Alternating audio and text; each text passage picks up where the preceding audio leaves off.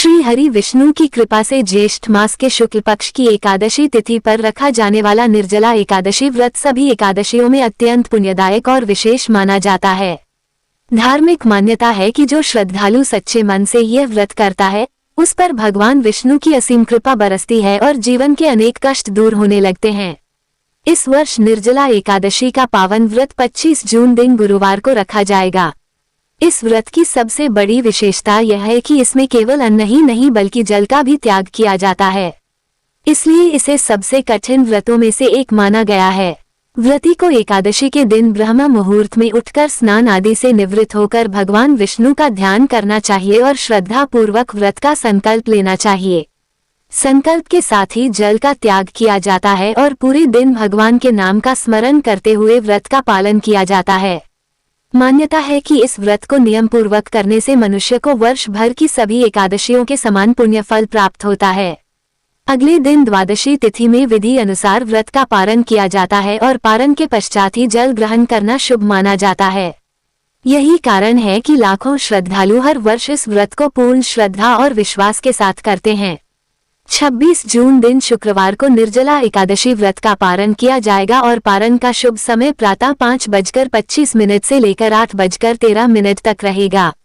लेकिन शास्त्रों में कुछ विशेष परिस्थितियों का भी उल्लेख मिलता है। यदि कोई व्यक्ति अत्यधिक वृद्ध हो, बालक हो अथवा किसी बीमारी से पीड़ित हो तो उसके लिए स्वास्थ्य की रक्षा को प्राथमिकता दी गई है। ऐसी स्थिति में जल ग्रहण करने की अनुमति बताई गई है। इसी कारण कहा गया है कि व्रत का उद्देश्य केवल कठिन तपस्या करना नहीं बल्कि श्रद्धा और भक्ति के साथ भगवान का स्मरण करना भी है। इसलिए जो लोग शारीरिक रूप से पूर्णतः सक्षम नहीं हैं उनके लिए नियमों में कुछ आवश्यक छूट का भी वर्णन मिलता है। धर्म ग्रंथों में बताया गया है कि यदि कोई श्रद्धालु पूरे 24 घंटे तक श्रद्धा और नियम के साथ निर्जला व्रत का पालन करता है तो उसे वर्ष भर में आने वाली 24 एकादशियों के व्रत के समान पुण्य फल प्राप्त होता है। यही कारण है कि इस एकादशी का महत्व अन्य सभी एकादशियों की तुलना में अत्यंत विशेष माना गया है। हालांकि भगवान भक्तों की भावना को देखते हैं, इसलिए जिन लोगों को स्वास्थ्य संबंधी परेशानियां हैं उनके लिए शास्त्रों में कुछ आवश्यक छूट भी बताई गई है।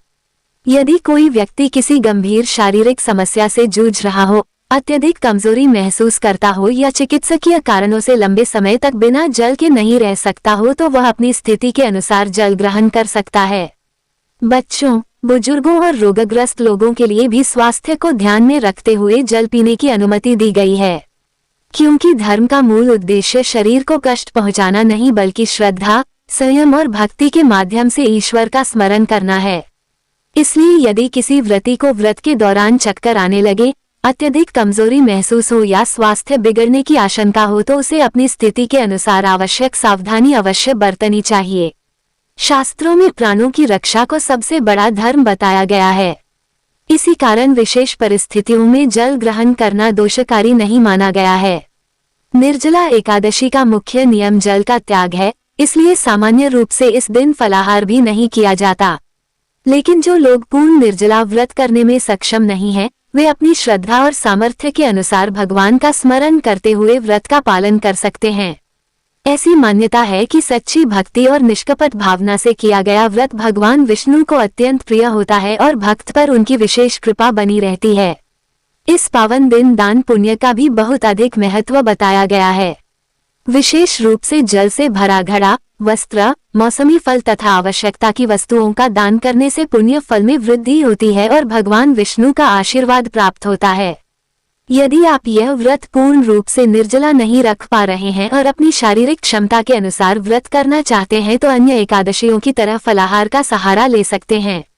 ऐसे में ताजे फल, सूखे मेवे, घर पर निकाला गया ताजा फलों का रस, दूध, दही, पनीर, मक्खन, आलू, शकरकंद तथा खीरे आदि का सेवन किया जा सकता है। इसके अतिरिक्त कई श्रद्धालु व्रत में कुट्टू के आटे, सिंघाड़े के आटे और साबूदाने से बने व्यंजनों का भी सेवन करते हैं। हालांकि कुछ मान्यताओं के अनुसार निर्जला एकादशी में इनका सेवन नहीं करना चाहिए, जबकि कुछ लोग अपनी स्वास्थ्य आवश्यकताओं को ध्यान में रखते हुए सीमित मात्रा में इनका उपयोग करते हैं। जिन लोगों के लिए लंबे समय तक भूखे रहना कठिन हो, वे दिन भर भगवान विष्णु का स्मरण करते हुए केवल एक समय सायंकाल पूजा के पश्चात फलाहार ग्रहण कर सकते हैं।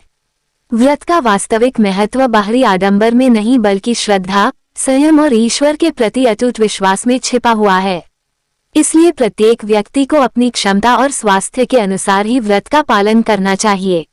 ज्येष्ठ मास के शुक्ल पक्ष की द्वादशी तिथि को राम लक्ष्मण द्वादशी का भी विशेष महत्व माना गया है। इस पावन दिन भगवान श्री राम और उनके अनुज लक्ष्मण जी की विधि विधान से पूजा अर्चना की जाती है। मान्यता है कि जो भक्त इस दिन श्रद्धापूर्वक भगवान श्री राम और लक्ष्मण जी का स्मरण करता है, उसके जीवन में सुख, शांति और धर्म की वृद्धि होती है। अनेक श्रद्धालु इस दिन उपवास भी रखते हैं, जबकि जो लोग उपवास नहीं रख सकते वे प्रातः और सायंकाल भगवान का पूजन कर उनका आशीर्वाद प्राप्त कर सकते हैं। ये दिन मर्यादा, सेवा, त्याग और भाईचारे की भावना का स्मरण कराता है तथा भक्तों को धर्म के मार्ग पर चलने की प्रेरणा देता है।